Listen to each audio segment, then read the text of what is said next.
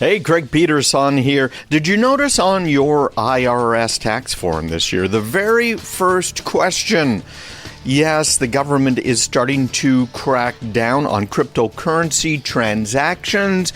We just found out about what the FBI did. There's a whole lot there. And then also this morning, Tesla versus Volkswagen. Completely different ideas and methodologies for your next autonomous and even electric car.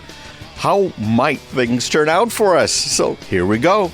This is Aaron Chadbourne in for Matt on the WGAN Morning News, and we are excited to be joined now, as we are every week, by Craig Peterson. Craig, good morning.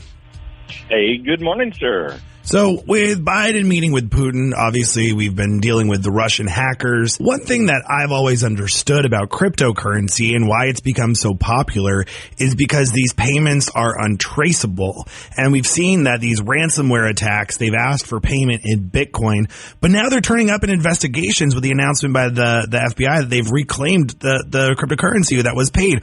What's going on, Craig? Yeah, this is a very interesting problem because initially, Bitcoin's value came because of a bunch of illegal maneuvers. These guys were trading Bitcoin back and forth to each other and would pay a little bit more every time. We're pulling money from the same pot, manipulating the value of Bitcoin to try and get it to be worth something, right? When you're paying thousands of Bitcoin for a pizza, it tells you something. So next up, what we had is the next major momentum for Bitcoin was ransomware. In fact, if you look at the value of Bitcoin and compare it to the amount of ransomware that's out there and how much people are paying in ransom, they go hand in hand because of what you just said, Aaron. People look at it and think, oh, wow, it's cryptocurrency. It cannot be traced. Now, I've sat in briefings with the Secret Service where they went through exactly how they traced Bitcoin. And this time, with the whole colonial pipeline hack, the FBI has actually come out and told us how they have tracked it. Bitcoin is moderately anonymous. It's like cash, frankly. It can be traced. It was traced. The Bitcoin from the colonial pipeline hack was found in California, of all places.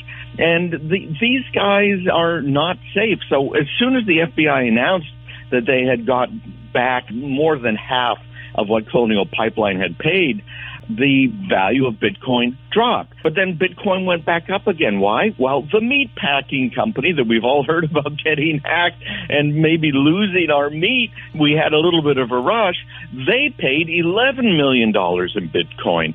And we have businesses now who are putting in their public filings with the Securities and Exchange Commission's indications, in fact, absolute declarations that they have been buying Bitcoin in case they get hacked. It's a counter for, oh my gosh, we got hacked. Okay, we've already got the Bitcoin.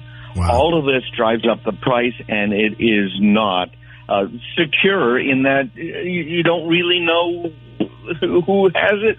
Forget about it.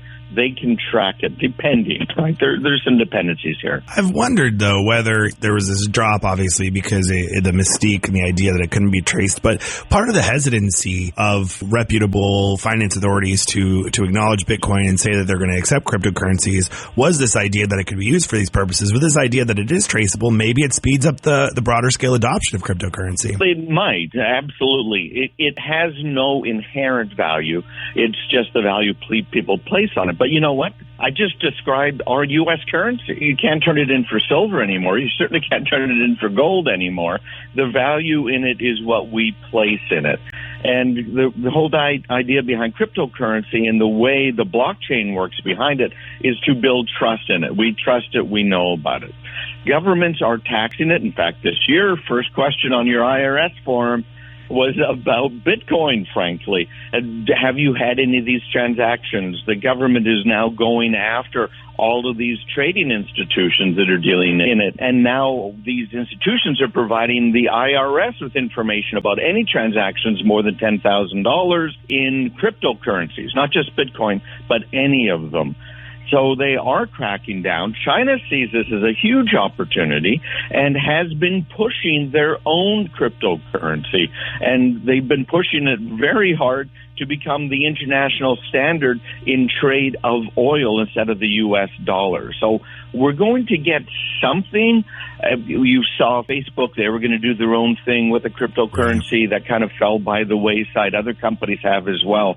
But it is something that despots and governments worldwide really want to do because it makes everything entirely traceable, allows them to print money like that just by adding a little bit more into their crypto pipeline. You're listening to the WGAN Morning News. This is Aaron in for Matt, chatting with Craig Peterson, who you can catch every Saturday from 1 to 3 right here on WGAN. Craig, another topic I know you wanted to dive into has to do with automakers trying to figure out these advanced features for autonomous driving, how they can capitalize off this, and whether they can, charge kind of software as a service type payments. What are you seeing with this announcement from Volkswagen? Yeah, this is an interesting one because many people know about Tesla. There are other electric cars out there, and there are regular cars. Look at what Cadillac did a few years ago with their high-end cars driving down the freeway. Basically, it was a cruise control using radar to keep the proper distance between you and the cars in front of you. There's a lot of them out there, and Tesla charges you for the autonomous driving. They've said that from the beginning, an extra fee. Do you want that fee? Do you want to pay for the Tesla? And that's what Volkswagen has been trying to figure out. And they just had a board meeting, and in the board they were discussing, do we want to have a $50,000 bill or check underneath the hood of the car, if you will, for features people don't want? And so they're saying instead of having this new plaid version of the Tesla Model S, which is totally cool, by the way, at $120,000, what should we do? Because we're the people's car. Volkswagen's looking at putting all of the features into their new cars, all these auto driving features and the fancy cruise controls and things, and then having a golden key. They're all there, but you can't use them until you pay for them. But they're taking an even different tack than Tesla is using.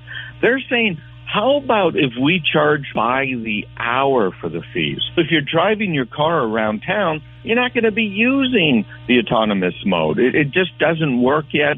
Some estimates are it's going to be 20 years before it's entirely reliable around town. But when you're on the highway, would you pay $8.50 per hour to have the car drive you somewhere? I guess it's like an Uber driver, right? Do you value your automatic driver the same way you would an Uber driver? It's a good question. Exactly. You're right on, Aaron. Well, Craig, if our listeners want to hear more, they can catch you every Saturday 1 to 3 right here on WGAN for Tech Talk. This is Aaron Chadbourne in for Matt on the WGAN Morning News.